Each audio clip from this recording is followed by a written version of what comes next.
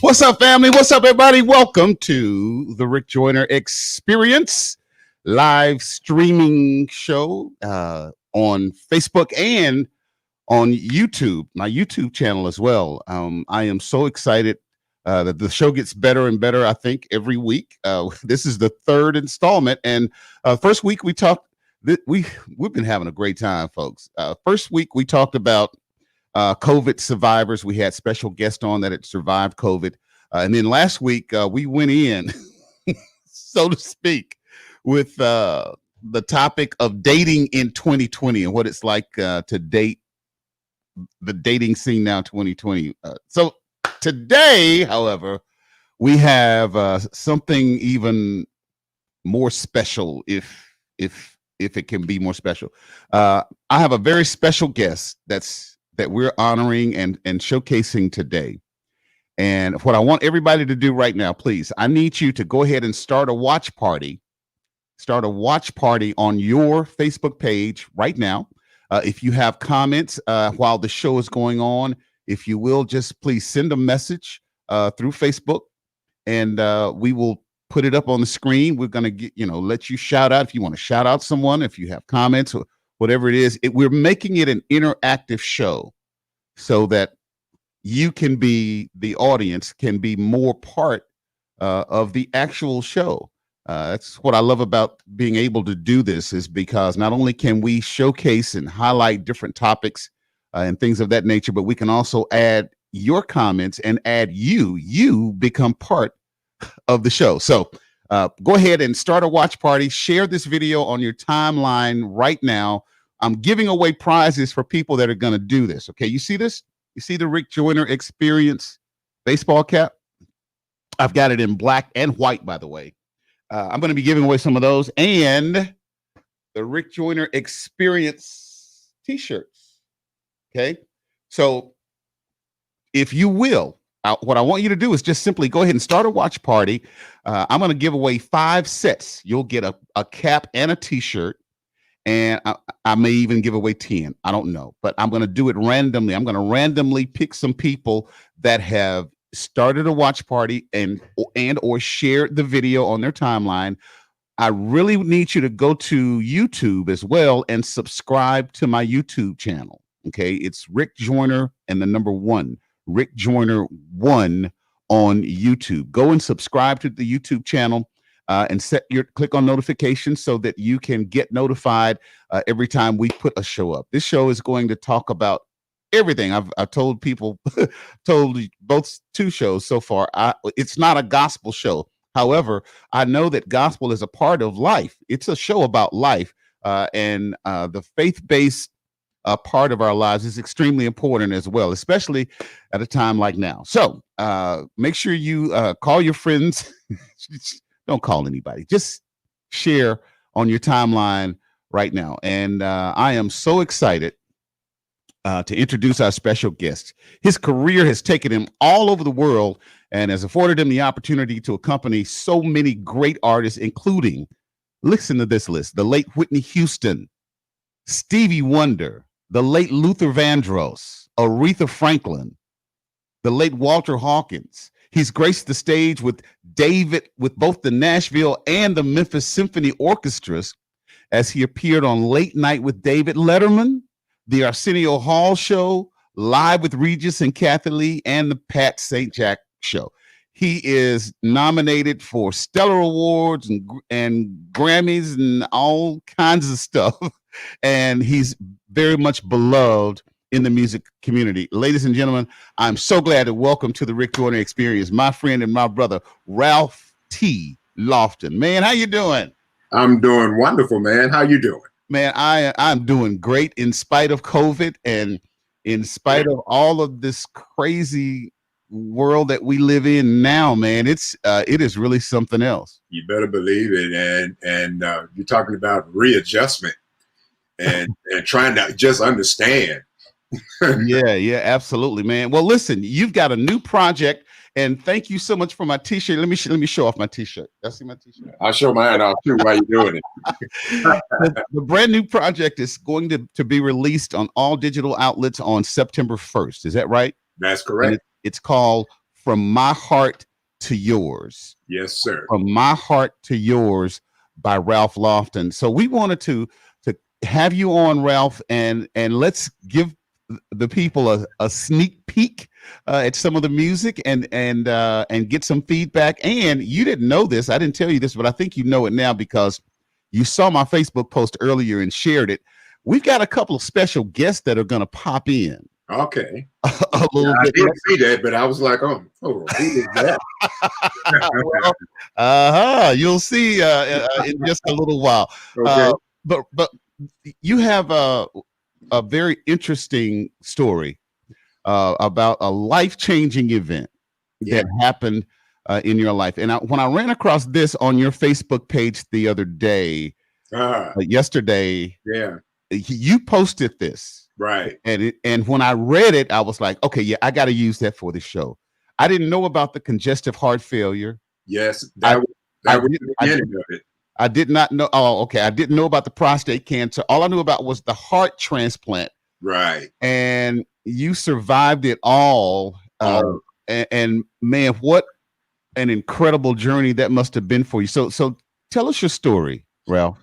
Well, it goes back about 15, maybe by now 16 years or so. And, just going through life, doing, my routine of working and staying busy, doing this and other, thinking that I was eating okay and thinking that everything was doing well. And, somewhere along the way, I started feeling just a little bit not myself. And what year was this? This was back in 2004. Okay. And I, was kind of at home and was just walking around my house, and I started feeling myself just being fatigued, and just my energy level was down. And it had gotten to a point where I started just I wasn't able to walk from one room in my house to the other without just becoming extremely exhausted. And I was like, okay, something's not right about this. And the thing that made me go to the doctor was I was standing out on my landing one day, and I haven't really told everybody about the story of the squirrel. Okay, that sounds like that might be interesting. Yeah, that was, how squirrels don't really let you get close to them unless they think you have something that they'll get from you. Okay, but for the most part, you get close to a squirrel, he's going to shoot and run. This squirrel was coming up my steps, and I called myself, okay, well, I'm chasing him away. And I started kind of chasing at him, going down the steps, and he kind of turned around and just slowly walked away. And I said, oh, he's by the bowl. And I went back up the steps, just started getting exhausted again. And finally, I did it one more time. He turned around, came back up the steps. I chased him again. And by the time I turned around to go back up the steps, I was so out of breath. Wow. That I had to sit on the steps before I could get up to go in the house. Wow. And when I got up to go inside, I realized then something's not right. So I went to the emergency room. Well, I went to one of those urgent cares or something. Yeah. Exactly. Emergency care. And when I got there, they took me in the back, did some tests, and the doctor said, we're going to have to get you to the hospital right now. Wow. Okay. Your heartbeat has basically, you are down to about 20% of actual functioning of your heart. Wow. And so we got to get you to the hospital immediately. Got to the hospital. Long story short, they took me in. And by the time I got checked in and into a room, my function had gone down to about 10%. Wow. Okay. Which means that I was close to being on my way out of here. And they did tests and put me on some medication and kind of got things stable. And, through that, the fortunate thing was I never had a heart attack. Okay. And anything like that. But that was basically how it all started. Okay. And so now, was that the congestive heart failure? That was the congestive heart failure problem. Okay. And from there, I went basically to kept going to the doctors, medication, and they stabilized me, kept me stable, and I was able to get back into, somewhat of a regular routine. Mm-hmm. And that went on for the next several years. Okay. And in the midst of that, something else started happening and going for a checkup, and they did some more tests. So my doctor says, we're going to send you to a neurologist to have you checked out. We're detecting something that we're not sure about. Okay. And got to him, and he discovered that I had developed prostate cancer. Wow. In the midst of all of the other. Right. And so my wife and I looked at him, was like, really? And so, he was great. But anyway, he, we did the same situation with that.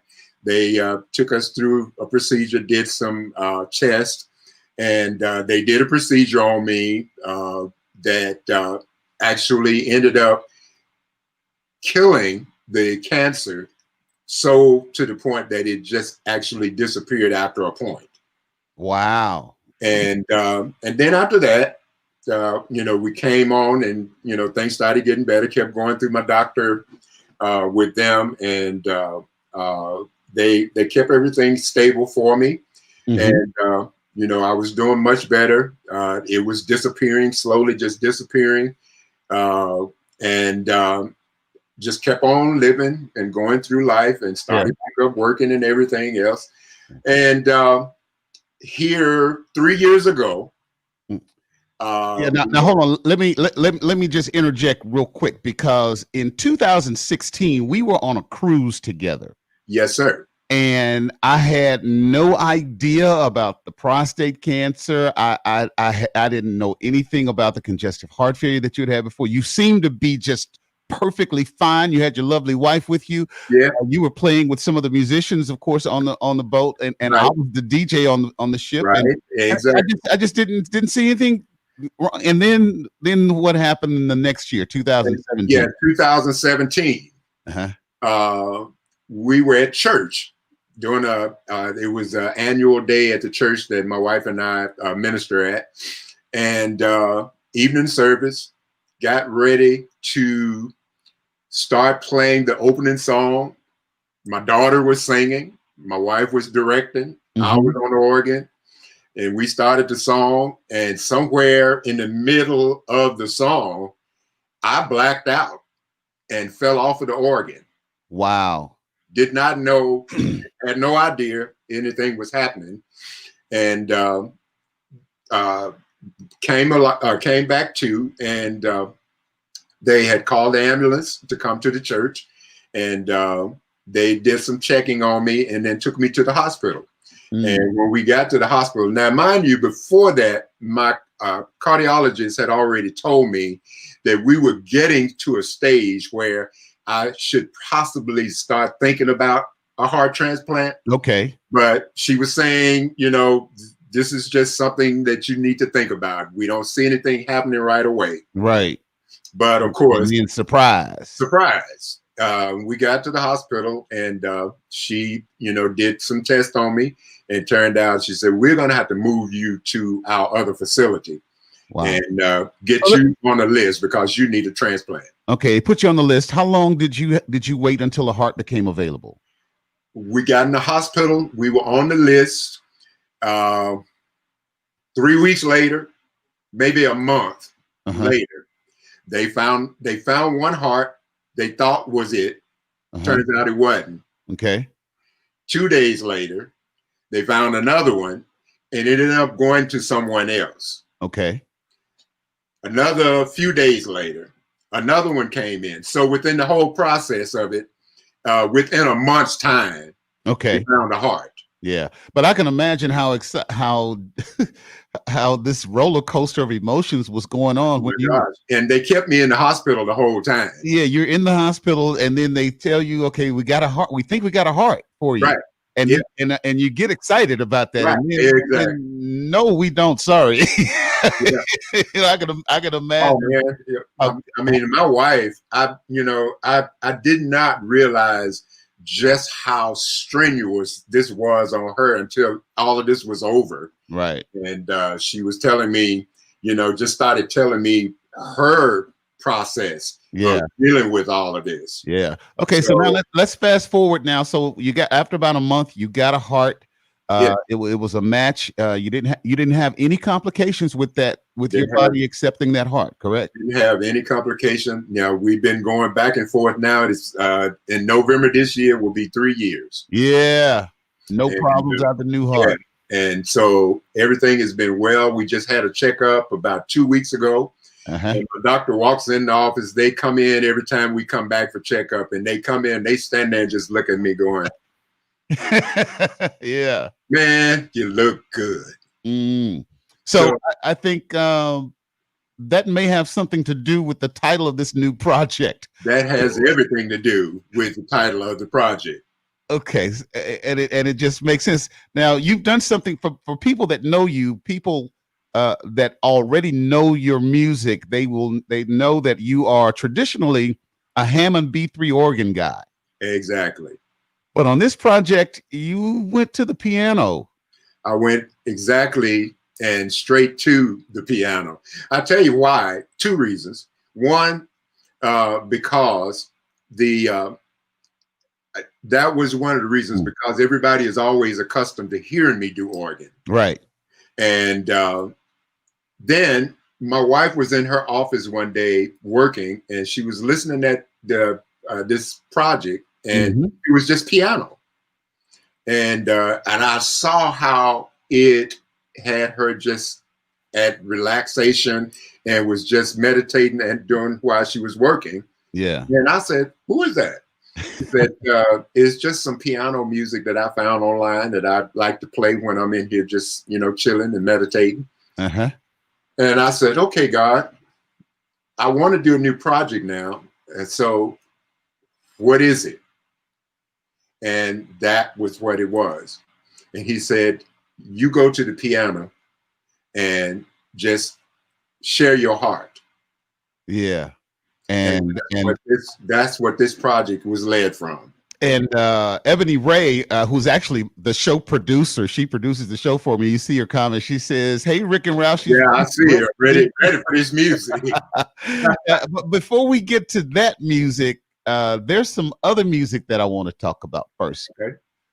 And in particular, first, I want you to tell me what this picture is. That's my home church from Memphis, Tennessee, the historic First Baptist Beale Street Church. The historic First Baptist Beale Street Church. And and when I found out, Ralph, that you were entrenched in that church, because I grew up in Memphis as well. Right. My first wife, Penny, was from Memphis, and that's her church. She and her mom and their entire family, the Dawkins family. Yeah. Grew up right there. Yeah. We all came up together, man. Yeah. So at 9 years old, you got on an organ. No. Okay. I got on a piano. You got on a piano. Okay. Well, I was made to get on a piano. Who made you get on the piano? This lady who was the church secretary, and also, if I'm not mistaken, she was the superintendent of the Sunday school. Okay. And we were in Sunday school, getting ready to close Sunday school. Mm-hmm. And they asked, she looked at me and just said, Ralph, come up to the piano. We're getting ready to close Sunday school, and we want you to play the closing song. Now, had you played piano before? Never played. Wasn't even interested. This was your first time getting on a piano? Yes. Wow. Never interested. And I said, well, I don't play, so no. And, you know, in essence. But the other part of it is that, you know, when your elders back then, you know, those were the times where you didn't tell them no when they told you to do something. So she, you know, asked me to come to the piano. I went up and I sat, and she said, we're just going to start singing. And if you feel led, catch on, play. Uh-huh. And they started singing, Jesus Keep Me Near the Cross. Uh-huh. And I said, okay. I just lifted my hands, put them on the keys, and just started playing the song. Wow. And just simply, you know, simple because I didn't know what I was doing. Yeah. And, yeah. But just following the chord medley. Yeah. Jesus keep me near the cross, and just playing it just as they were singing it. Wow. And, you know, that's when it all started. And that was her being the prophecy of saying God was getting ready to use you. Yeah. To do this. Wow. Just a very natural, organic gift that you had and continue to share. Now, after that, did you ever think that Sunday, getting on the piano at 9 years old, would lead to all of these? No idea. No idea, man. So let me interject here, folks. He did a series, at least two or more series of instrumental music with some other great musicians. Yeah. And this one, the Quiet Time Players, is definitely one of my favorites.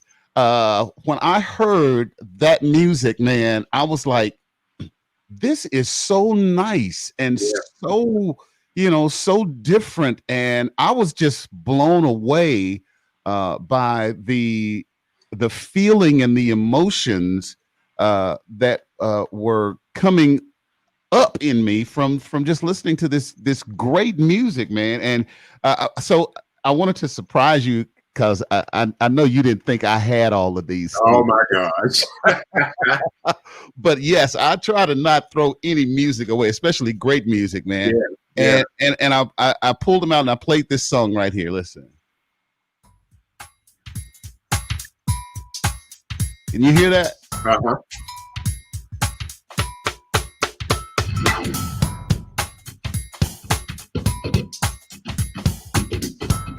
Y'all hear him on that organ. You hear it?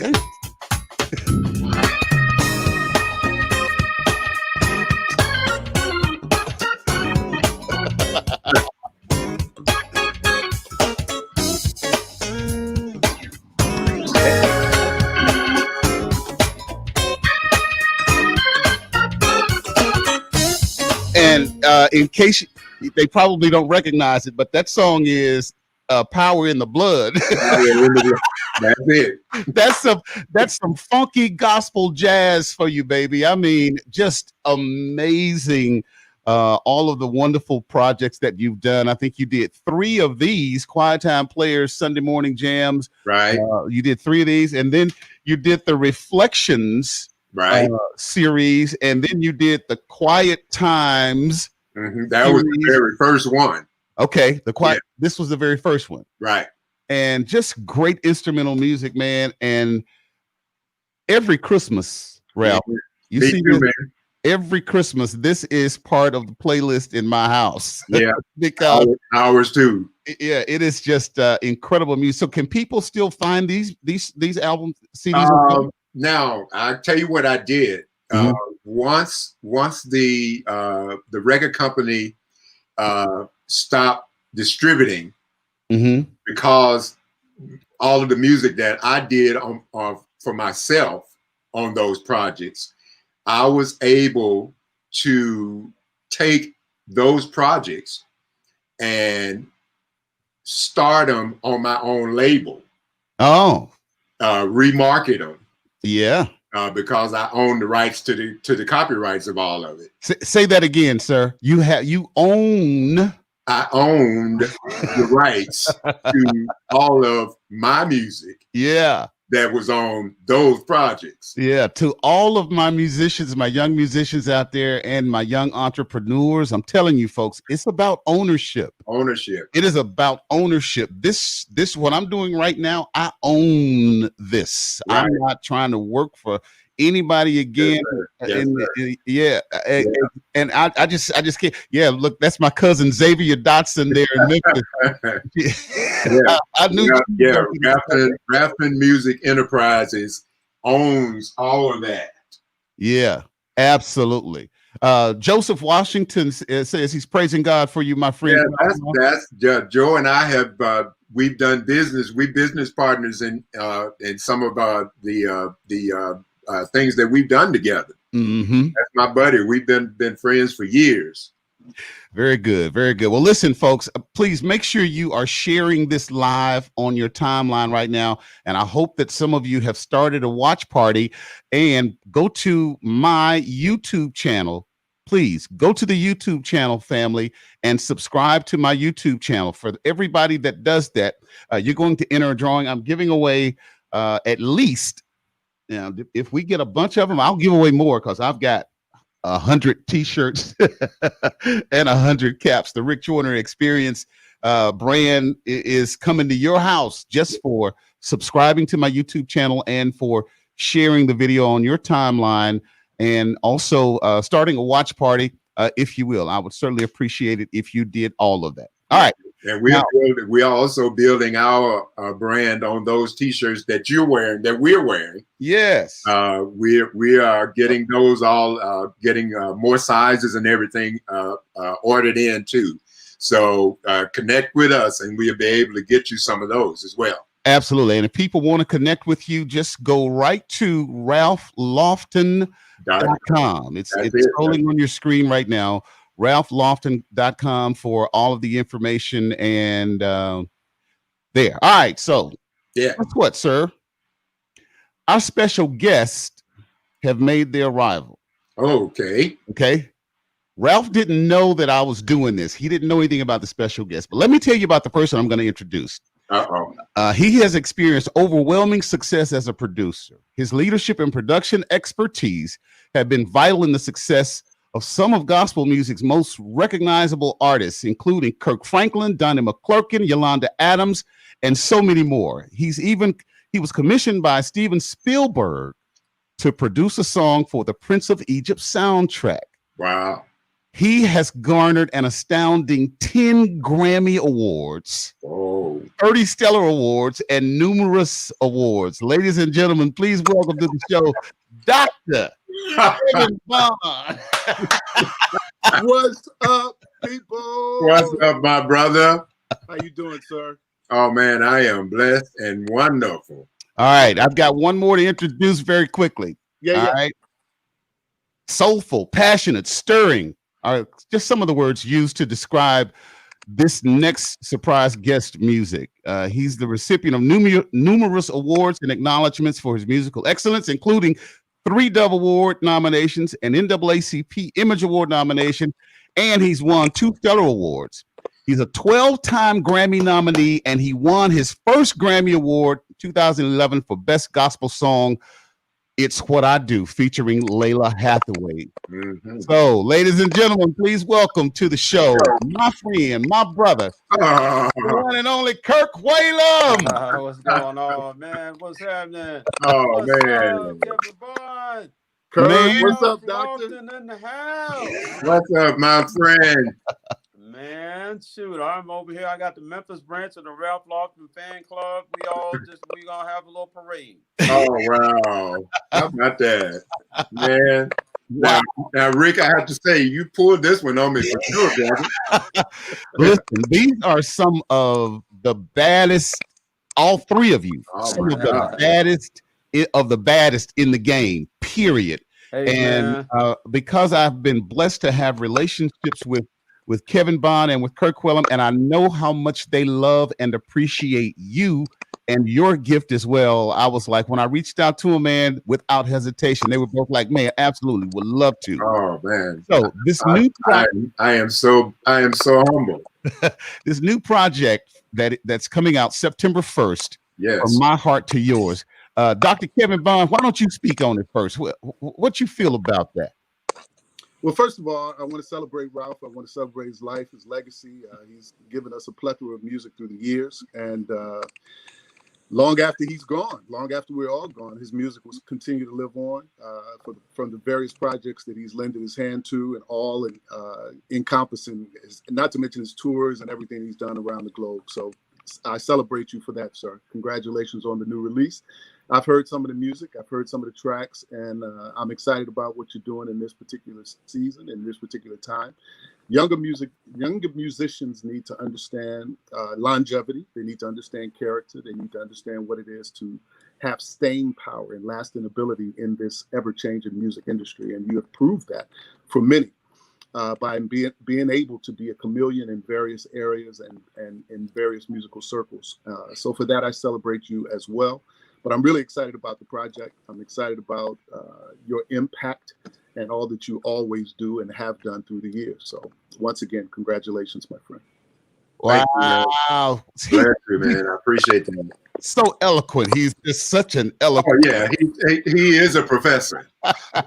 Absolutely he is, man. And Kevin, man, thank you so much for coming on. I'm just so glad that you. Hey, brother Everett Drake said, "Hey, brothers." Hey, brother Everett. Now, Kirk Whalum, man, your relationship with Ralph spans many, many years as well, and you too are an incredible artist and musician and aficionado of what? Oh my gosh. What do you call him, Kevin? He's amazing. Amazing. I mean, from his work with Whitney Houston as well, and the was it the preacher's wife?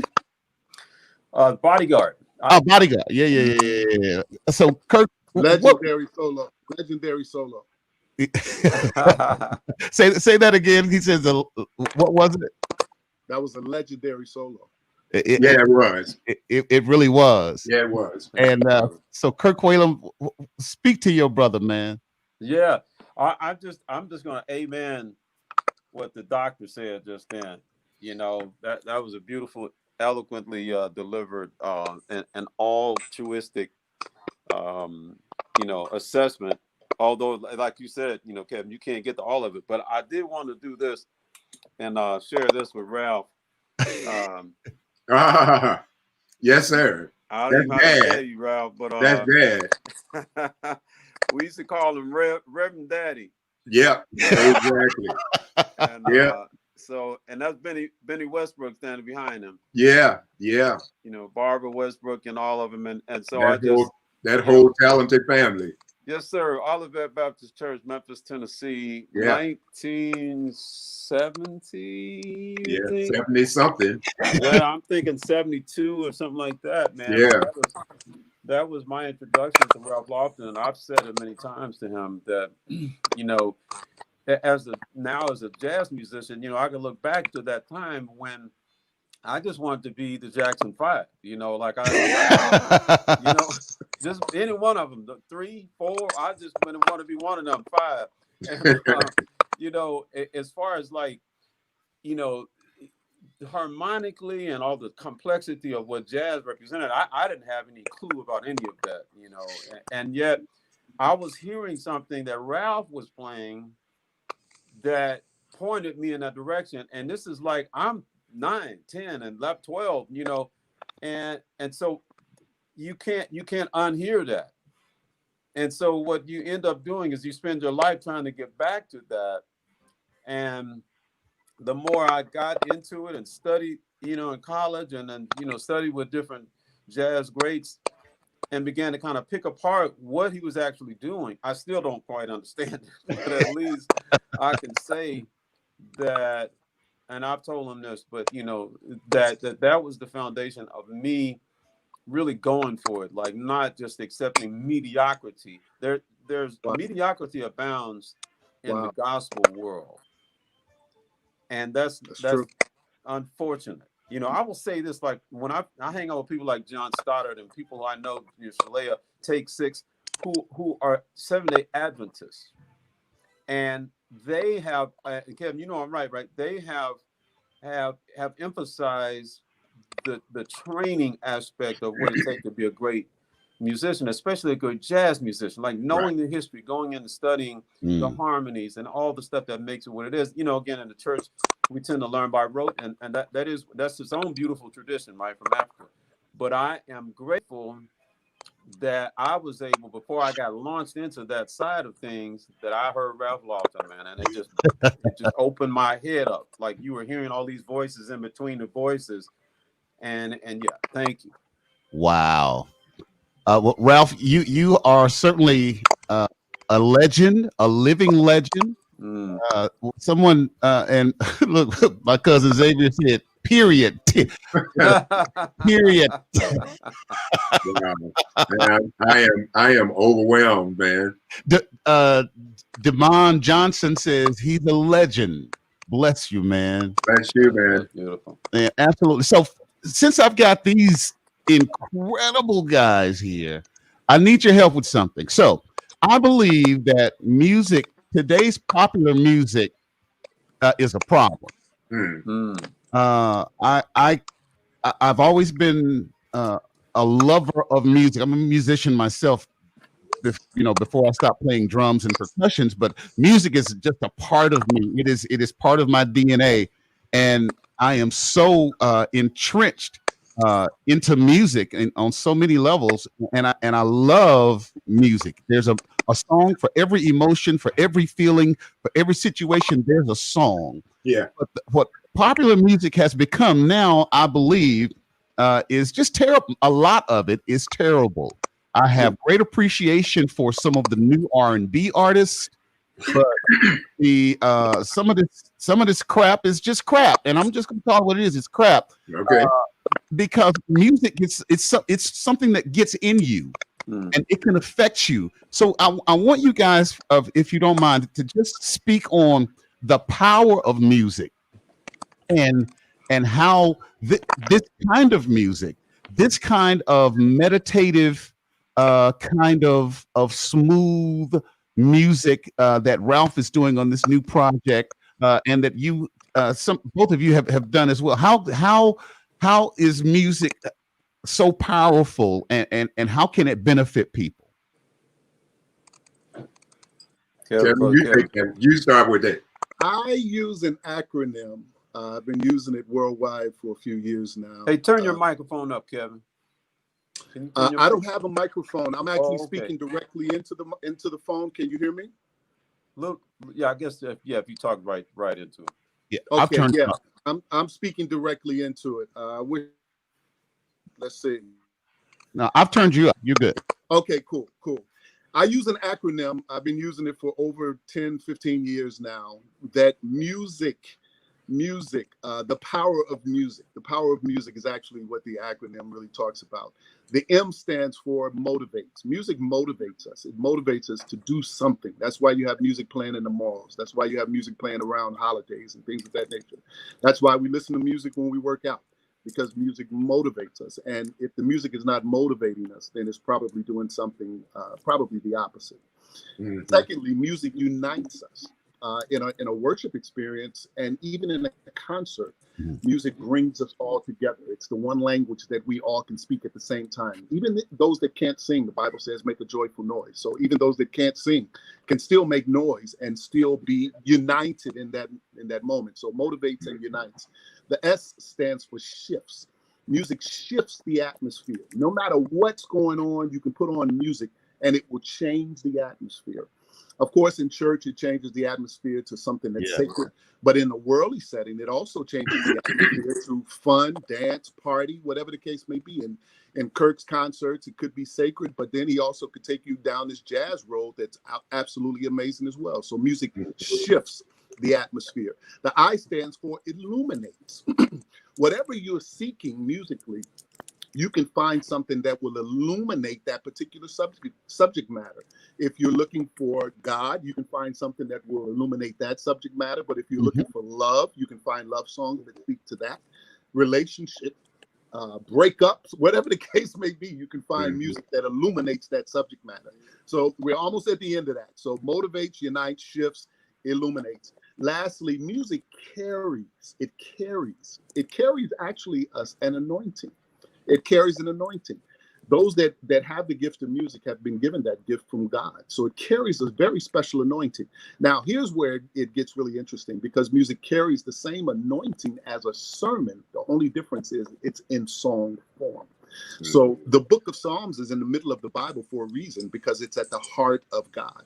It's also the largest book in the Bible as well, because God wants us to know how he values music. There's so much more we could really say about it. And Rick, I totally agree with you on this. I've been teaching this globally for 40 years, so it's so deep in me that when I start talking about it, it's hard to turn it off.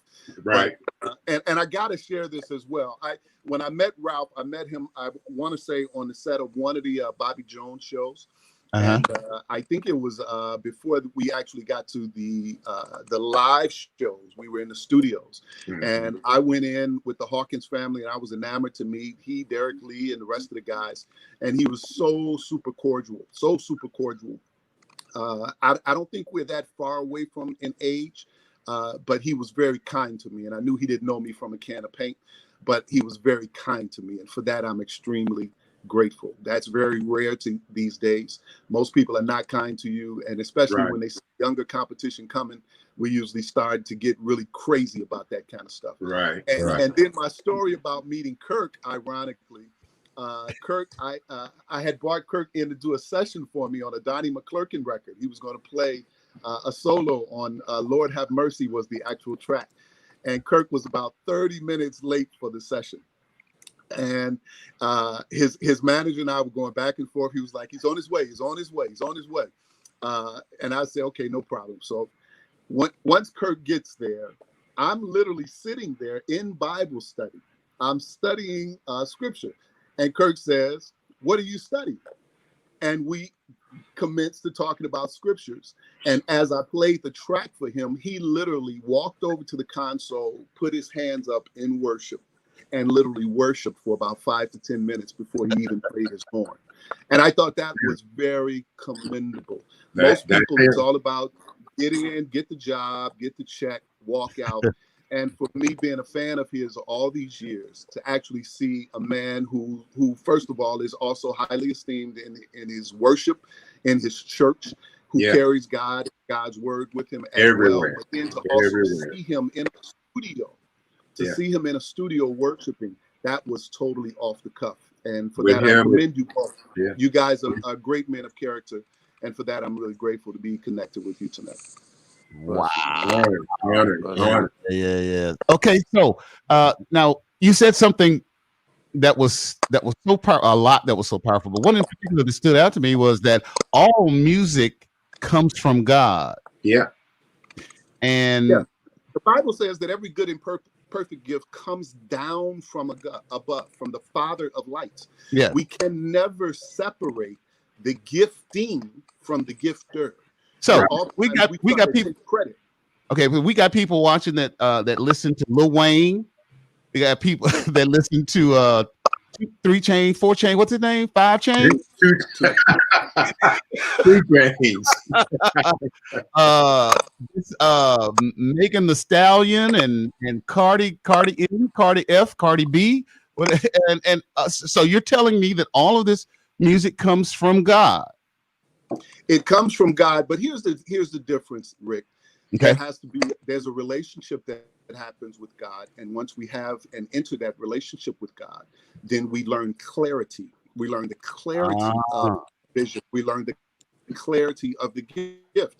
I'll even go as far as to say that the psychic, the card reader, the horoscope person, they also have gifts that came from God. The difference is their gifts are being skewed right now, and they're using it for personal gain, and they're using it outside of God's will, Whereas they actually have a prophetic gift.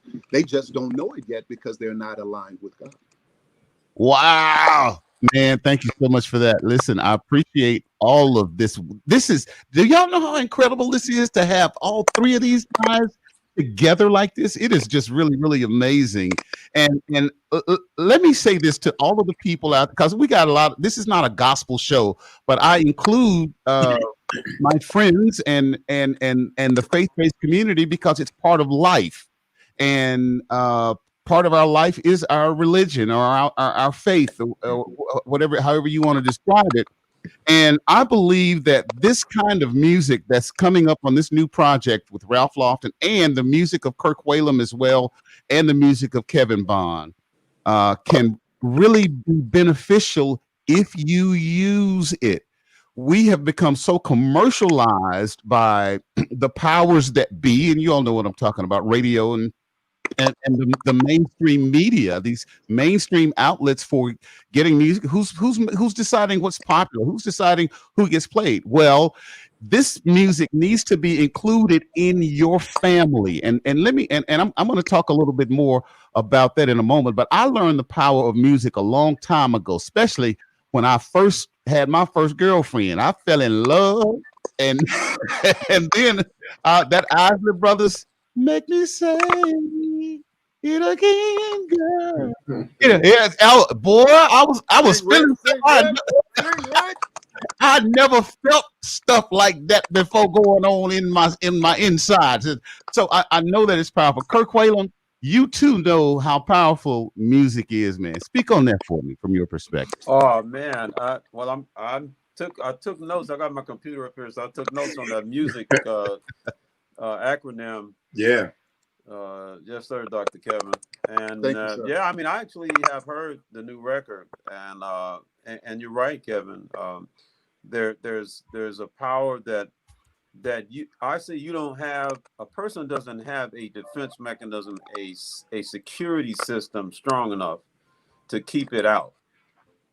Right. That anointing, again, that's a phrase that we would use in church parlance, but the power of that music, it has the power to break and enter. That's right. Into a person's soul. Yeah. That's Ralph would just play a certain thing, and all of a sudden, whatever you were thinking or whatever frame of mind you were in, he's able to change that. And that was a part of your acronym too, man, shifting and all of that. Right. But I always say that music, and a lot of people consider it. So, well, yeah, if you're born again, and if you're filled with the Spirit, and if you in church, whatever, then your music has the power to do this. I'm like, oh no. It's like just what y'all been saying already. Make me say it again. I mean that. There's an anointing on that. Oh, yes, sir, indeed. There is no question about it. Yeah. But the difference, of course, is that when, as you said earlier, when we channel that and we say, well, I'm listenally,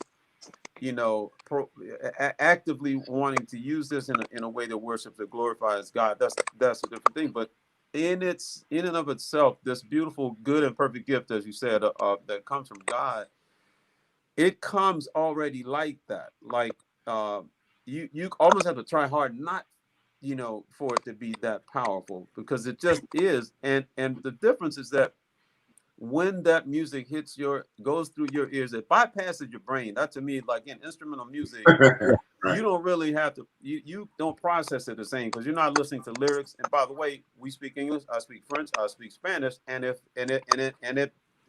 like it's completely different in those languages. But when it's instrumental, it bypasses that and goes straight into a person's heart. And then That's right. it doesn't That's right. it doesn't break and enter and take something. Yeah. It breaks in there and it deposits something of beauty. It deposits something of value, of meaning, and of inspiration, as you've been saying earlier. And it is good. powerful. And I think it's underappreciated because, again, the pop world is all about singers, and I get that. And the diva, wherever in the gospel or what, well, they're singing. But if you strip out that production that Kevin was talking about, you strip out that music and you just let the singer sing. Yeah. Right. Demond Johnson says that's mess, not music. Right. Well, I mean, again, I think we have to, And he's you not. know, I think he was speaking specifically on some of those artists that I mentioned earlier. well, even then though, I would submit that it's important for us not to, you know, to judge them, because I think it has to do with continuum. Like, where are you in your evolution as a human being, and then in our case as a believer. And man, I 20 years ago I was in one place. You know, 20 years before that I was another. 20 years from now, if I'm still here, I'm going to be in another. So I'm not trying to judge them. If we keep doing what we're doing, maybe they, you know, some of them will be inspired to, you know what, I don't really need to be doing that. That's for, you know, for the immature. You know, it's just an immaturity about it. That's all it is, man. It's just that record companies have a way of taking that immaturity and making billions of dollars and tearing down our culture. Yes. Right. Exactly. Wow. Folks, this is so rich. Look. My cousin Xavier Dodson there in Memphis says, y'all just don't know how you're blessing me. Answers I've been meditating on have just been answered. That's awesome. Questions that she's been meditating on. She's being given the answers through our dialogue on tonight, and that's a wonderful thing. Mm-hmm. I want to share this with you all and with the audience listening, because there are some people, you know, if you're not at a certain level of maturity, I guess is a good way to put it. That's a good word. You're not able necessarily to connect with some kinds of music because you've been so conditioned and preconditioned already by the other things that have been going in that it may be hard for you to relate. But I'm going to tell you something. I made it a point when my son is 18 years old right now. And if you just sneak around sometimes and just observe and listen to what he's listening to, you'll hear him listening to The Whispers, Earth, Wind, and Fire, Whitney Houston. He loves Kirk Franklin and so many other great gospel artists. But understand, he'll listen to 2 Chainz as well. And Migos and all of that, and I understand that. But when he was a baby, still in his mother's womb, and this is for all of you young parents out there, I'm telling you, this is gonna help you if you let it. I had my son listening to smooth jazz and instrumental music when he was still in his mother's belly. You hear me? He wasn't even born yet. And I was exposing him to all kinds of music, but mostly because I wanted him to be calm. I didn't want him to be crazy like his daddy. So I used music to calm him. When he was born, I made a lullaby CD of different artists of music, just like this new music that you've done, Ralph, to help soothe him as a baby when he gets ready, when it's time for him to go, especially if I need him to go to sleep. Right. All I got to do is get him still and put that music on, and it has such a calming effect. And in the world that we are in today, we need a little bit more calm. There's an app out now called Calm. Yeah. Gives you sounds of natures, and the commercial says do nothing for 30 seconds. Well, you know how hard it is for people to do that these days? Yeah. But it is so important and so powerful. So for those of you that think, I can't connect, I can't relate to that music, you better relate to it, because this is the kind of music that can be a blessing to you. So without further ado, are y'all ready to hear some of this new music from our friend, Ralph Lofton? Ralph, I want to start with the title tune. Okay. From My Heart to Yours. So tell me, before I play, just a quick introduction, please. Well, it kind of explains itself. Like we had already talked about earlier in the discussion about my heart situation, and especially since my heart transplant. And I, throughout my career and my musical life, I've always just wanted to make sure whatever I played, whoever I played with, whatever notes and chords that I played, that it was being resonated from me to you. And that's what this stems from.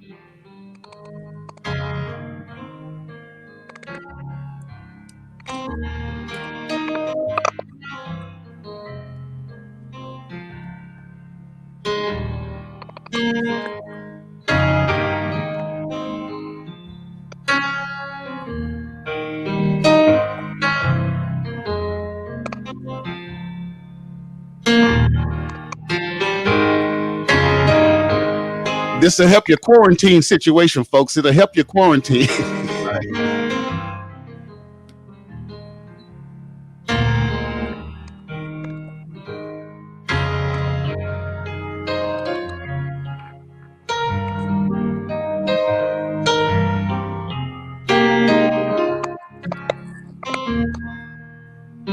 Wow. Thoughts. What are your thoughts and feelings from that, Kevin? Kevin, what's your thoughts and feelings from that? Very heartfelt. That's the beauty of Ralph's music. You can always feel his heart, honestly. From day one, you could always tell that the organ was always an instrument that was kind of hidden in gospel music, whereas the piano was always in the forefront. But you could always seek out the organ tracks from Ralph because he was playing from a heartfelt place. And even in the new records, you can still feel that same passion. Absolutely. All right. Very quickly, I want to move on to the next song. I'm only going to play little snippets of these two. This one is called "I Belong to You." Ralph Lofton, ladies and gentlemen, the new project From My Heart to Yours hits all digital outlets on September 1st. Check this out.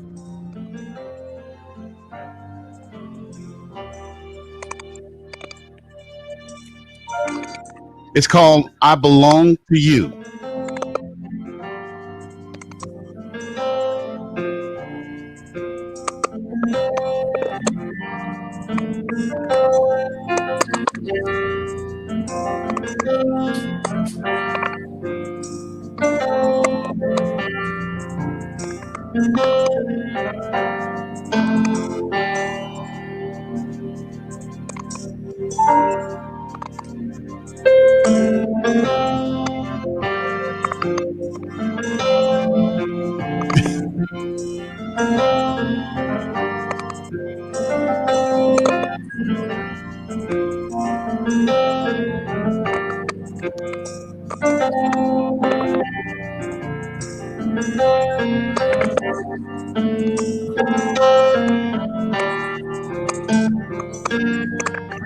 Wow, Ralph, man, that is just beautiful.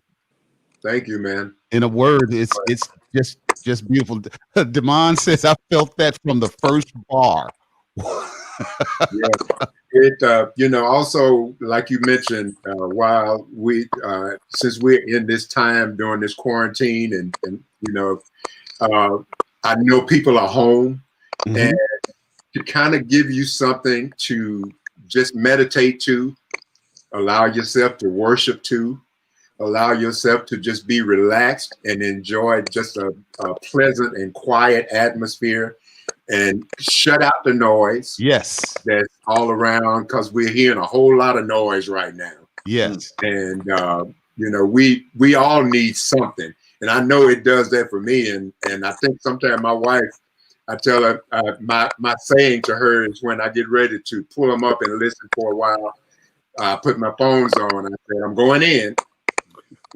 And I put my headphones on, and I put those songs on, man, and it just takes everything away.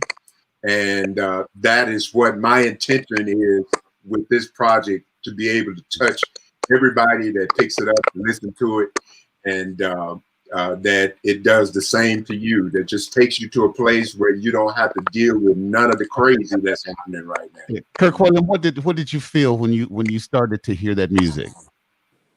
Oh man, I know Ralph so well, and so for me, I kind of cheat. It's like I can't hear what he's playing without hearing what he's saying. Yeah, that's good. And to me, and by the way, that was my first big mentor was Arnett Cobb, the great saxophonist, and I was trying to play for him, and he's like, "Okay, all right, put that down." He said, "Because you, I'm gonna go ahead and say it like he said. He said you playing a bunch of notes, but you ain't saying a damn thing." Yeah, yeah. Whoa, Yeah. So that bears saying again. You playing a bunch of notes, but you ain't saying a damn thing. And it hurt my feelings. Yeah. But the thing is that Ralph has been through some stuff, and I think I don't know if you've spoken about this, Ralph, already, but just the physical challenges that you've had, and looking at you now, you can't tell, but, right? But I hear that in your playing, man. I hear you having come through. To me, that's it. It's like if you skipping around stuff. We have a president now. You can tell he never really felt that stuff. He Right. heard and Right. stuff that Right. when he growing up, he didn't go through it. He tried to go around it. But when you go through it, it changes you. It changes you. It does. Wow. While we're stopping for that moment, I just wanted to shout out to Kevin again. I'm repping my brother. Oh, wrist game in the house, wrist game. That's beautiful. Yeah. Thank you, sir. Oh, can you put that back close to the camera again? So I need to. Yeah. I've got a couple of them. For those of you who don't know, Kevin Bond has a line of wrist wear, if you will, called Wrist Game. Yeah. And he was actually a guest on the Steve Harvey show and talked about it and doing very well. Yeah, I see the Wrist Game poster back there in the background. Listen, gentlemen, awesome. I'm so grateful and thankful for this opportunity. First of all, just to know you guys and to have been around you and to have worked with you. I appreciate you all so much for taking the time to come on. Kirk was only going to be here for 15 minutes. His schedule is so tight. I mean, he does these sessions with people like Keiko Matsui and all these other huge artists all around the world. And he was led to just stay here with us a little bit longer, man. And I appreciate you all so much for that. And let me also say too, man, Rick, again, you totally surprised me with this, man. I had no idea. Like I said, I saw the flyer and special guest was coming, and I was like, man, who is he gonna be bringing on my interview? I said it's gonna be dripping in Grammys. Dripping. Yeah, right. And just I mean, my heart is warm, man. And just to let all three of you guys know, first Kirk. Kirk is my boy, man. We go way back. Yeah. And I did an interview not too long ago, and someone asked me who was one of the favorite artists out of all of the people that you worked with, and I immediately told him Kirk is the guy that out of everybody that I've worked with, I love working with him. I love just being around him. His presence and his aura, man, just takes you into the presence of God. Yes. And I just love him so much. And him and Ruby, they are just friends to Sisha and I, and we love them. And Kevin Bond, we've been knowing each other for years, and we haven't worked on a lot of stuff together, but we just shared musical things throughout our careers. And I appreciate his knowledge of music and his knowledge of the word so much that I'm always just honored just to be in their presence, and for them to show up at this particular moment, man, just makes my heart feel warm. Yeah, and I wanted to surprise you pleasantly, of course, and make this not just about the new project, but to really dive a little bit deeper into the feelings and emotions and the connections and the relationships that led up to this project from my heart to yours. So gentlemen, man, thank y'all so much. I'm so glad y'all came on, and I'm gonna have y'all back again. We're gonna do some special stuff. Now, while this is not a gospel show that I do, we still have fun. We're gonna have fun, and we're still gonna talk about great music. And the three of you certainly do some of the best music that a person could ever put in their eardrums. So thank you guys very much. Don't forget, ladies and gentlemen, Let's give it up for everybody on the show tonight. Yeah. Now, listen, folks. Make sure you go and get the new project from Ralph Lofton. Yes. Okay? It drops. When does it drop? September 1st. September 1st. September 1st. And you'll be able to find it by going to the website, right? Yeah. Well, it'll be on all digital outlets. You know, and wherever you get your digital music from, it will be there. And you know, and that's Apple, that's Google, that's Pandora, that's YouTube, that's iTunes, Spotify, all of them. Everywhere digital music is sold, it will be there. Now, if a person wants to rock these T-shirts like we are, you rock this T-shirt. All you have to do is check in with me on my Facebook page, inbox me what size you want, how many you want, and we will get back to you, and we will make that order. And if we don't have it in stock, we definitely will order and get it in and get it out to you as quick as we can. Absolutely. And I want to encourage everybody to support the music of Ralph Lofton. When you put this music on, if you've got a situation going on with them crazy behind kids, or crazy behind husband, or crazy behind wife, or girlfriend, boyfriend, whatever it is, you're experiencing anxiety because of all of the fear and the uncertainty that's going on in our world. And we've become such a microwave, high-tech. Our brains are always moving so fast because of our phones and our smart devices. Right. We need to take a minute, man, and just.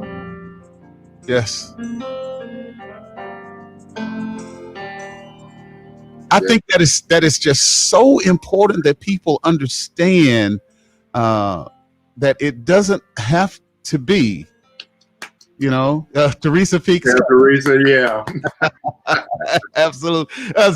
She's clapping her hands. Yeah. Teresa said, bravo. Yeah.